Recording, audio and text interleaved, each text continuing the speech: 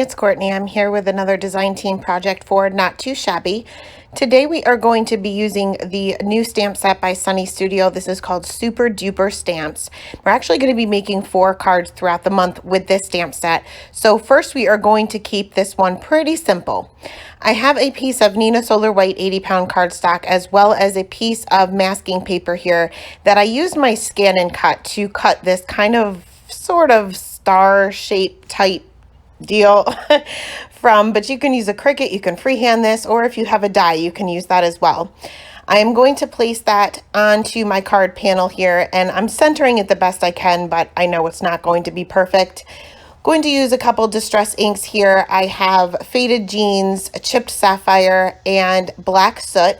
So I'm just adding some Faded Jeans here with my blending brush, then bringing in a little bit of the Chipped Sapphire. Then I'll move on to the Black Soot, and I'm just concentrating my darkest areas being on the outer edge of this opening here, I guess you could call it. Once I reach the Black Soot, I'm going to move in the opposite direction, just making sure that these colors blend and just adding that Faded Jeans there in the center. And then I'm going to take some shimmer spray, and you'll want to make sure that you shake this up real good because all of the shimmer and the sparkle kind of settles to the bottom. Going to remove the top of that and just use that little nozzle there to sprinkle that on. I am going to put this panel aside to dry completely before removing that masking paper, or else you're probably going to tear your paper.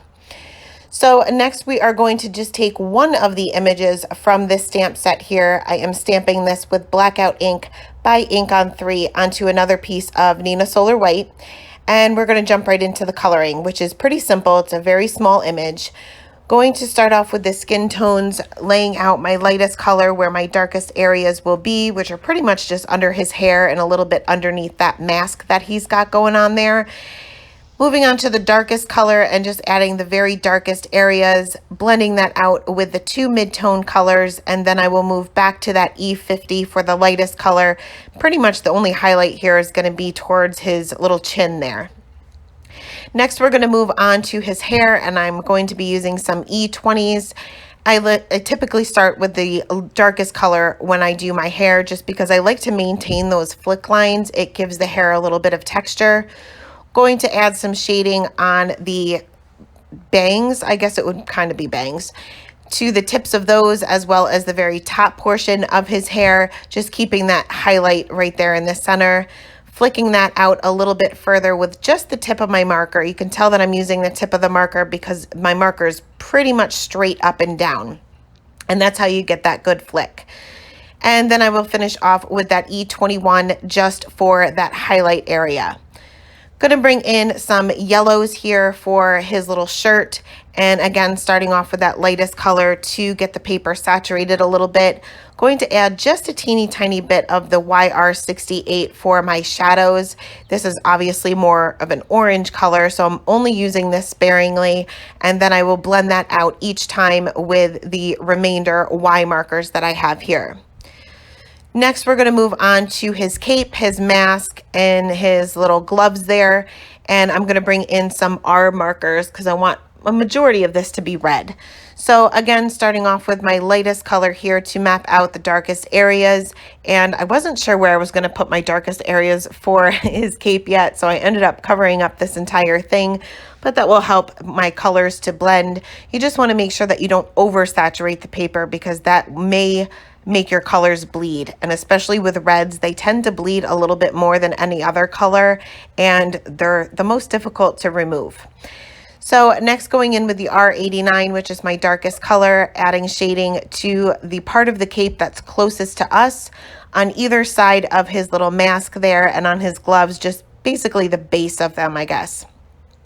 Blending all of those areas out a little bit further with that R46, being very careful not to go out of my lines and being very careful not to oversaturate the paper. Blending that out even further with that R24, and then I will finish off again with my lightest color, that R22, and just filling in those highlight areas. And you'll see that this is my favorite red combination. You can see that these really blend well together. You get a good gradient, but not too much contrast where I'm going to risk the bleeding. So once my coloring was done, I am going to go ahead and fussy cut out this image. I like to cut down my paper first. It makes my fussy cutting just a little bit easier. I did take a white gel pen just to fix in some of my coloring mistakes there where I went out of the lines. I am going to very carefully remove this masking paper here, and if it tears, I'm letting the masking paper tear. I'd rather have the masking paper tear than my card panel itself. I did have just a couple ink smudges here, and it was probably honestly from my fingers because the ink kind of sits on top of the masking paper instead of seeping through it. Just taking a sand eraser to fix up those areas, just being careful not to go over the ink blended area itself. Next, I am going to die cut my panel down with the stitched rectangle die, and this is where I can kind of center that masked area out a little bit more than I could with just the masking paper. So I definitely suggest if you're going to die cut your panel, do that afterwards. That way you can center it a little bit more. I did add some little dots. Well, first I lie.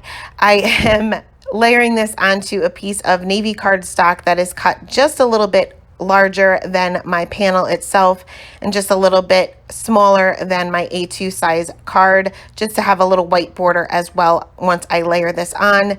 I did use that white gel pen to create some stars, I guess, or some spatters, or what looks like spatters anyway, in the background. You can actually do spatters with like white acrylic paint, but I just didn't feel like making a mess. So very little of this is going to show, so I just used my white gel pen.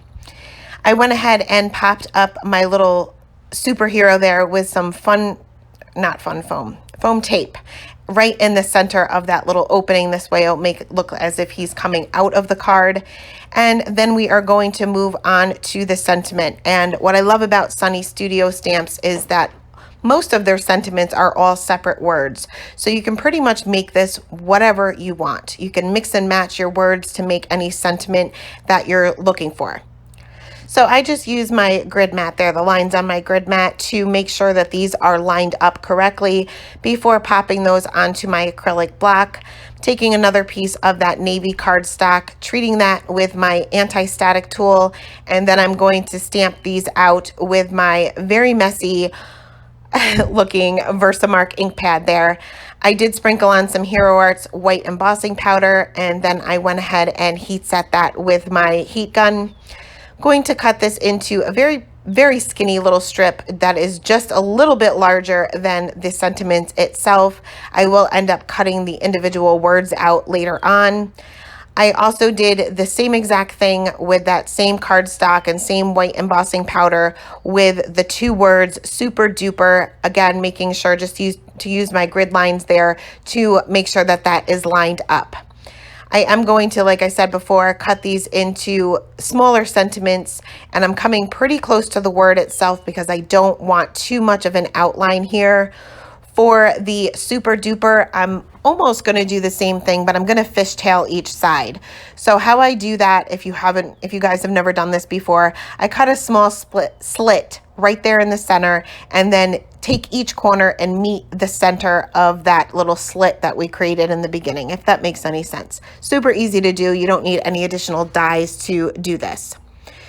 So next I am going to just basically line up my sentiment strips there where I'm going to have them, but I'm not going to glue these down because I want to stamp some of these little teeny tiny stars in the background, but I want to do that before I adhere my sentiment just so that they don't get in my way.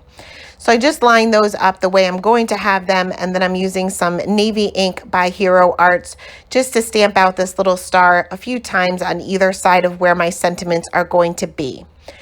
Next, I added some foam tape to the back of each one of my sentiments, and I'm going to start on the bottom to make sure that I'm allowing myself enough room to fit all of these words, and then kind of work my way up to the top.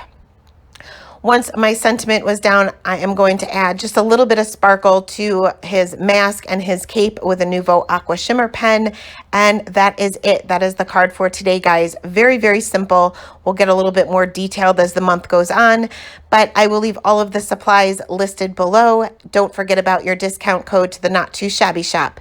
Thanks, guys. Bye.